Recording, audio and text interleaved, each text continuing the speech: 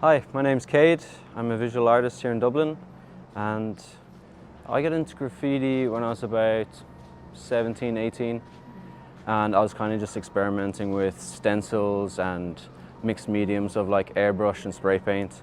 And in my local town, my local area, I just started trying to push for some mural art, and the council were happy to facilitate it because it kind of reduced the level of tagging and graffiti. So that's how it all got started. Yeah, I do think it's good. I think we need more of it in the city. We need more like freedom of expression in the city. But we're heading in the right direction, I think.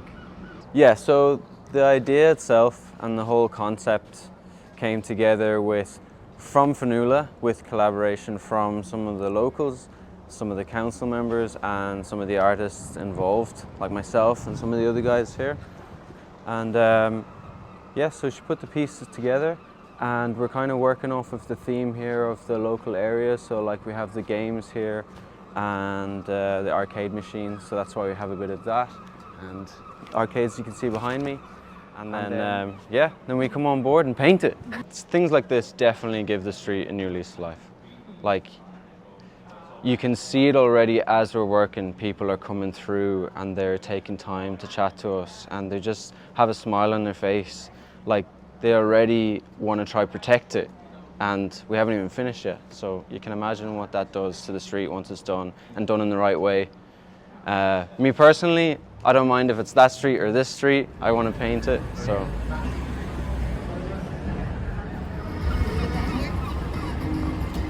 Okay, I'm Fionnuala Halpin, and I'm an artist, yeah. Well, this was an open tender from Dublin City Council put out, and we applied with our image. We put together an image. They gave us a few ideas about the history of the laneway, so we knew there was an old forge on it. You'll see that at some point. We knew that Barney's is a historical amusement arcade, so we wanted to include that. And then there was Jarvis, so that's why we put the horse there. And then I wanted to include some of the kind of the local historical people, like we're going to have James Joyce, Sean O'Casey, Countess Markovitz. So we wanted to sort of bring, that's what we do with most of our murals, is bring the history of a place alive and the stories of a place alive, because this place would have been full of stories that people don't know about. And it just looked like an old abandoned laneway. So we wanted to really just bring to life the history of the area here. There's a scene from the tenements as well. Because it's a very visual medium, it's very accessible. That's what I love about it actually, is that it's not hidden away in a gallery. It's accessible, it's that people, you know, there's something about street art that really engages with people in a way that other art doesn't. So that's what drew it to me. I have a theatre background as well, so I love the storytelling aspect of it, the history, the characters, you know, that all really appeals to me. Yeah, everybody, I mean, especially the colours, I think, to brighten up a laneway like this.